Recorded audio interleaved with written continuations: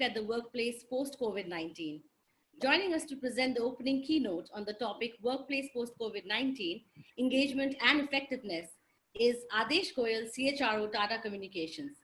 Adesh has over 25 years of experience in P&L management, human resources, operations, information technology, corporate communications, and program management. And he has held global leadership roles in these functions across multiple geographies. And just to mention here, we have a very exciting reward for the best question from the audience. So get your questions flowing. Welcome, Adesh, to the show, and over to you now. Thank you very much, Yasmin, and good morning, everyone. So happy to be here today with all of you. I understand we have some 500 people together today, and with an average age of 30 or 35, we actually have 15,000 years of experience. So look forward to learning from each other. And to begin with that, we've designed 2 questions to get your input. So may I have the first question, the first poll on the screen today? Do you think COVID-19 will significantly accelerate digitization?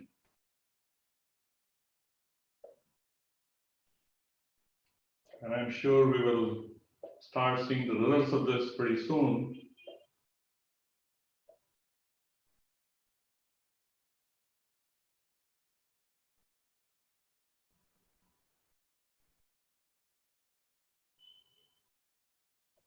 Great. So, wow, we have 83% people saying definitely, and 16% people saying possibly, and hardly anybody, not being sure, not really. So that's a pretty strong response.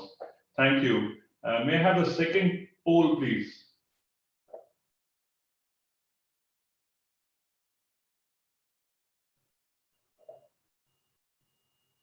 Do you agree that being happy is a skill that can be learned?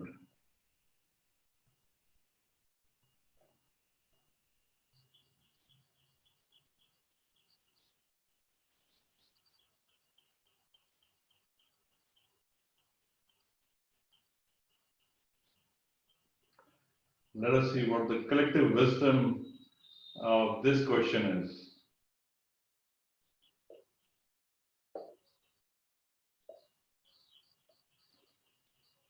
Great. So we have a little bit more dispersed response here. 58% people saying definitely, 31% saying possibly, and 11% people saying not really or not sure. Great. So thank you very much for the response.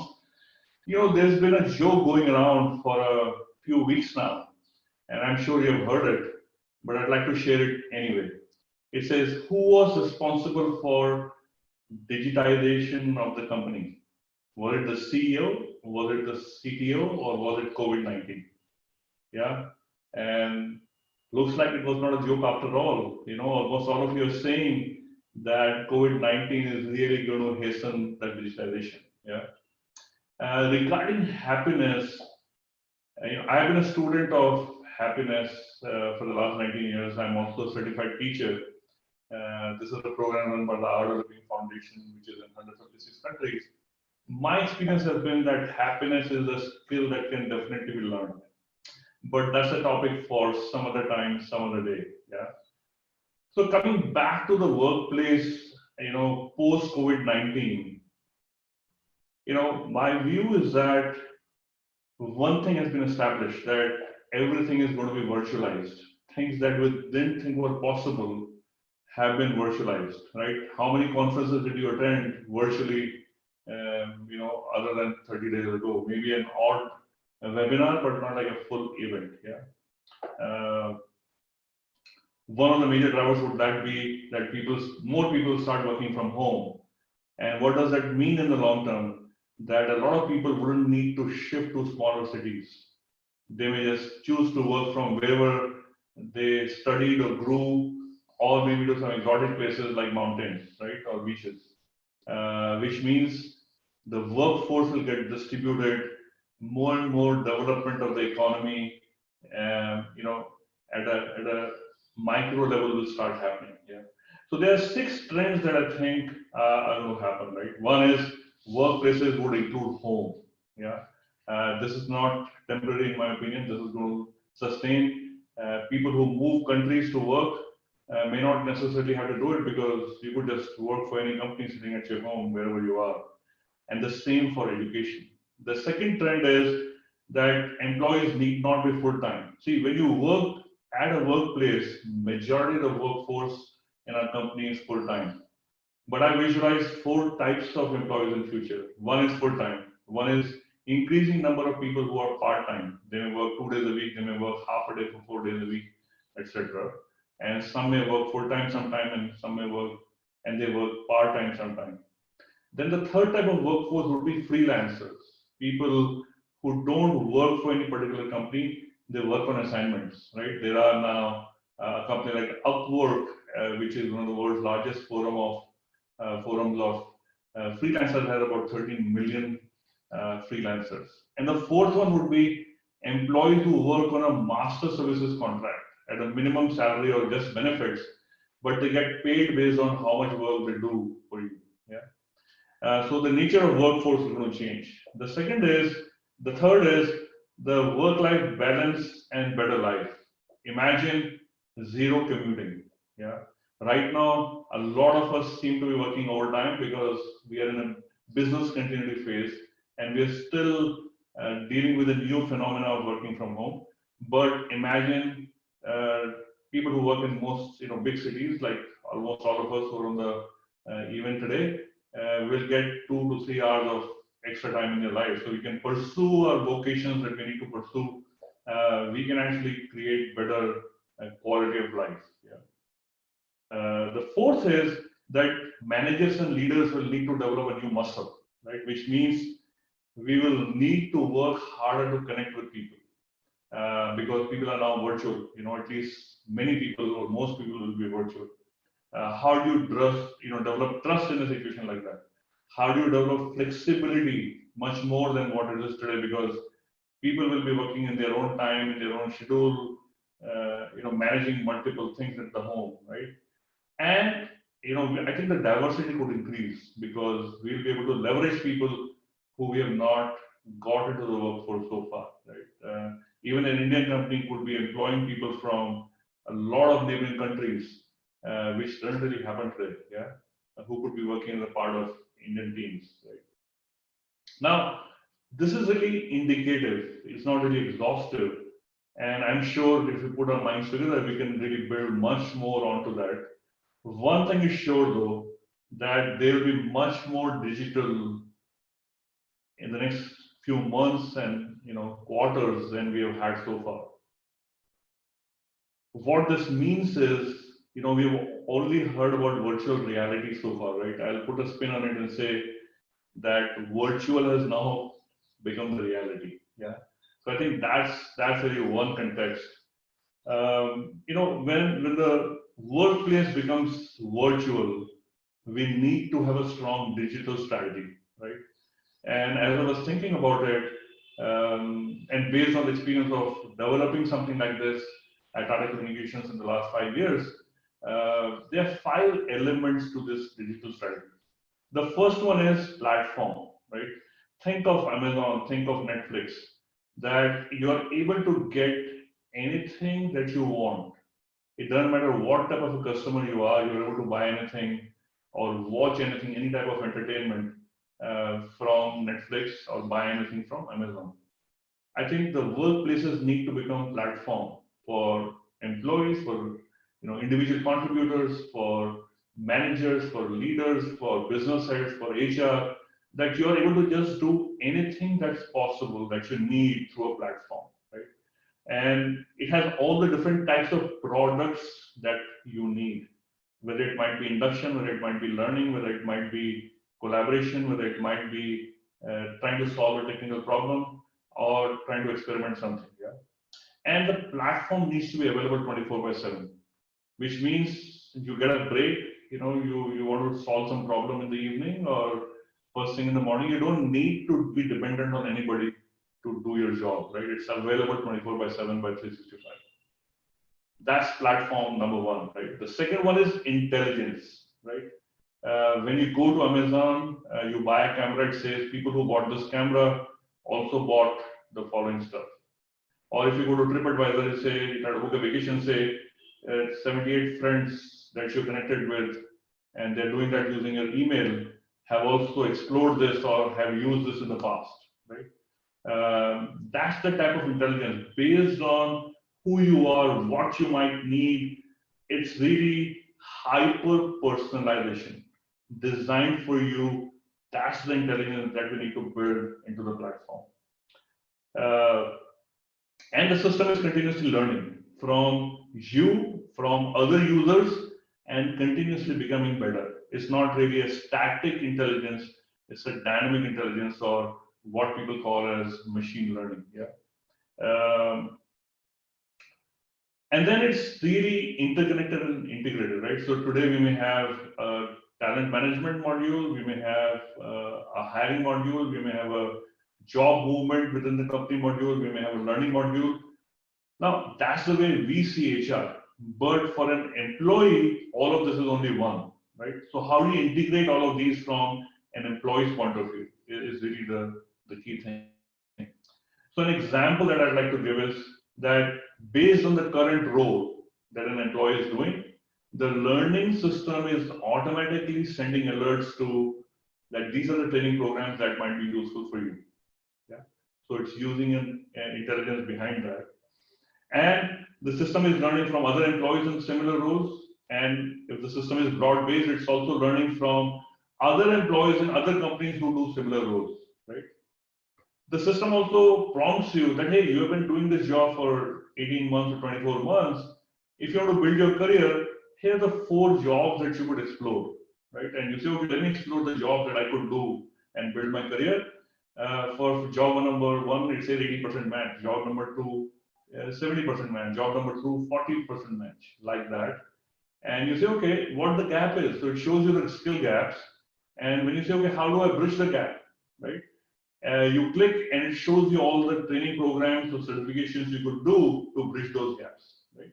It even shows you how many people have been able to move from a role similar to you to these jobs. And if you click on them, you could actually talk to them, right? So rather than, so it's really using the intelligence of what's happening and what could happen to give you prompts, right?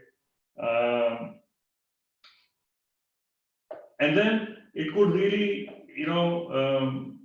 this can be implemented in a way that's open to all employees, right? What we call as hypo is something that we can actually offer to all employees, right?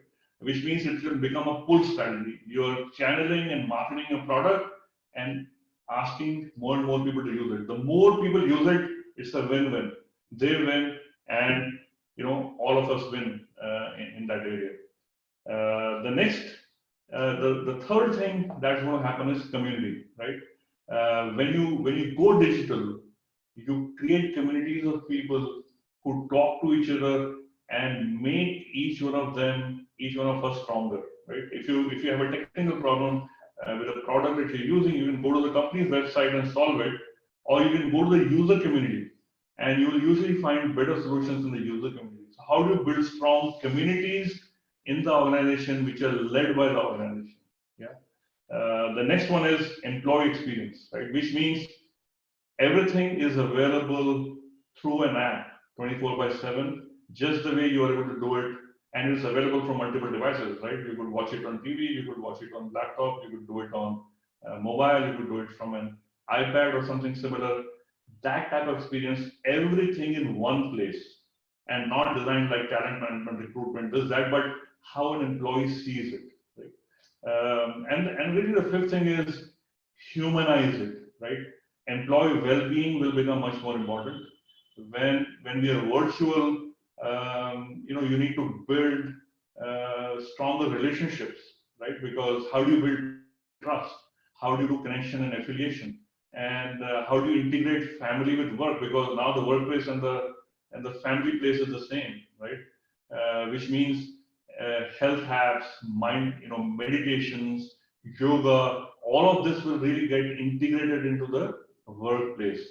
And employees will be able to decide what their working hours are, what are the work hours during the day they are off limit, because when your child is coming home, right, or you have to serve something to your parent, You say, okay, these are the 2 1-hour slots in which I don't want any meetings because I'm not going to be available. So you can choose within a day what are your working hours, right?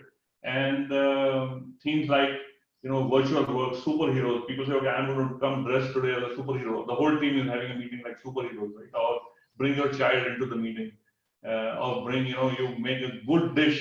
So that's the way the workplace is going to get humanized in the words, right? So 2 messages. One is that virtual is the reality, and number 2, the future of work has already arrived. Yeah. With that, I'd like to open it for questions now, and let's see what type of questions you have and what can we learn from that. Yasmin, you're on mute. Yeah, thanks, Adesh. That was such a wonderful session. I loved your focus on the fact that the virtual has become the new reality indeed. And also the focus that the highlight that for me was how it is important to humanize experiences now. So very, very important. Thank you so much for sharing that. Let me now take some questions from the audience that we've received so far. So my first question that I can see is from Shalu Manan, who asks, how will this dispersal of employees and mix of employment types affect HR practices to build loyalty and retention? So Adesh. Yeah, that's a very good question. See, the diversity, as I mentioned, the diversity of the workforce is going to increase, right? Yeah. And if you look at the world has been made as a very diverse world by the nature. And I think hopefully the world will, the workplaces will become a microcosm of how the nature designed the world. The more the diversity, the better the productivity, the better the outcome, and the better life is and interesting. So HR would need to take this up and drive policies, systems, practices in such a way that we are not only able to build on and increase diversity, but leverage and thrive in diversity. Awesome. Thanks, Adish. I think that answers the question really, really well. The next question that I've received is from Tuhin Sarkar. He asks, considering that almost all organizations are under cost and revenue pressure, in fact, it is the challenge to save jobs. So do you think businesses will be in a position to invest substantially in digitalization? See, digitalization doesn't necessarily cost too much money. I think that's a myth, right? So many companies went from nearly 0% working from home to 95% working from home in a matter of 2 or 3 weeks when we didn't have a choice, right? Today, so many solutions are available, and virtualization is also going to cause some costs for the company, right? Imagine expensive workplaces, right? You're not going to be spending on that. You're not going to spend on security. You're not going to spend on transportation in many cases, right? So you can actually use a part of that money and digitize the workplace. So my humble offer would be, it doesn't cost much money. Most of what I've shared with you today is already working at Tata Communications in some way. And I can share with you that we have not spent a whole lot of money on that. Interesting. Thank you. Thank you for sharing that. I have another interesting question coming up, and that says, all the trends and digitization seems to be favoring IT or tech-enabled services.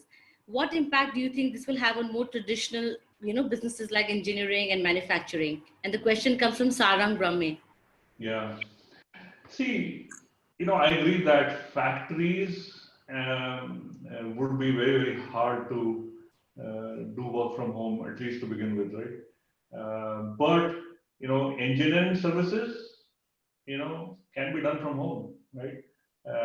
People can be, designers can work from home. A lot of this is actually done on machines today anyway, right? 90% of the design happens virtually using design tools on a computing system that can work from home, right? Today, even the call centers and tech support centers have shifted home, right? Network operations centers, security operations centers, all have moved to home. So security will need to become better. Some tools and environment will need to become better. And when there is demand, people are going to see opportunity. That's how world makes progress, right? People are going to quickly develop tools. I'm sure within months you're going to see tools that how do you convert your home into a work office, work from home, right? And very simple stuff is going to come. At Tata Communications, we've actually now created a product line called Work from Home. which we are selling to our enterprise customers. Awesome, great. I think now I'll take the last question. And this is like a compilation of a lot of other questions that I can see coming up, which is about how do you build trust and how do you keep a virtual workforce engaged, especially in this stressful environment? See, look at the process of building trust. First you have to spend time. Number two, you have to open yourself up, right? When you say open yourself up means, are you able to share your personal stuff with people? Are you able to share your vulnerabilities with people, right? So the more time you spend, the more work, non-work discussion you have, the more trust that develops. And trust takes time, right? It requires some amount of consistency over a period of time, right? So the way I describe trust is that it's a combination of respect and affection. You respect somebody's competence and you build affection for people that you like and love. True. When you combine competence and a person's ability to connect, that's when you get trust. So today, the connection part is somewhat low in general at workplaces. It's more based on competence. So I think we'll have to build the other axis a lot more in ourselves, right? Whether you're a manager, you're a leader, you are a team worker, you still have to build trust with your horizontal team, with your peers, right? It's not just for the manager. It's not building trust is never a one-way street.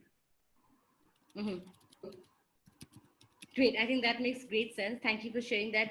Would you have time for one more last question? We have questions Sure. both, Adesh. Yes. Absolutely. Yes, great, great. So someone's asking that we are social beings and we definitely long for physical presence of people to work with. So would you have any thought of how India could manage scenarios of depression, isolation, now that we're being consumed by, negatively staying in the cocoon all day? Yeah. See, I think it's an important issue, but we have to keep in mind that the lockdown situation that we have is not going to continue forever. It's a temporary situation, right? When we're talking about work from home and virtualization, uh, in the long term, and the long term could be just 6 months away, or maybe even earlier, or maybe a few months later, is not going to be along with COVID and lockdown. It's going to be that we have our own life. We are just working virtually, right? So we'll still have a lot of connections, right? And many connections will become virtual, right? So for example, can you use Zoom and 10 friends watch a Netflix movie together, right? Yeah. And bring your own tea. It's possible, but it will need to be interspersed with a lot of person-to-person communication, right? So, for example, there may be an event where you bring people to work, living in a city, right? Hire a big hall or a stadium and bring people together once a month, or you say, hey, we want people to come to the office, a few times a month or a few times a quarter, and you travel to work, right? So we should see this as end all be all, right? Life is never black and white. Life is always gray. The reality is always gray. And, the gray is really what we need to leverage. The mind tends to think left and right, but the reality is really between the left and the right. Absolutely, absolutely. Thanks so much, Adesh. We have so many questions coming in. I would request my team to probably compile some of them and we'll get back to you and maybe we'll have them answered on a different platform. It was a wonderful session. It's now time to pick the best question, Adesh. So what do you think was the best question today? I would say the trust question is very, very good, because all the questions are good, but since I have to only pick one, I would pick the trust question because, I was saying that we will need to humanize the workplace a lot more than it is today. And I'd like to pick that one for the award. Great, thanks. So for that, I think the winner for today's session is Samantha Santiago. Congratulations, Samantha. My team will reach out to you and you can claim your reward then. So thank you once again so much, Adesh. It was a wonderful session, so much of learning, so many insights there for us. And now we progress through the day. It is time for our next session. John Keats once said, "Nothing ever becomes real till it is experienced," and how true this is. Coming up next is two stark case studies on how the organizations are aligning employee experience to fight the crisis and address business goals. So let's join our next session. Click on the session link to attend the live session. See you on the other side.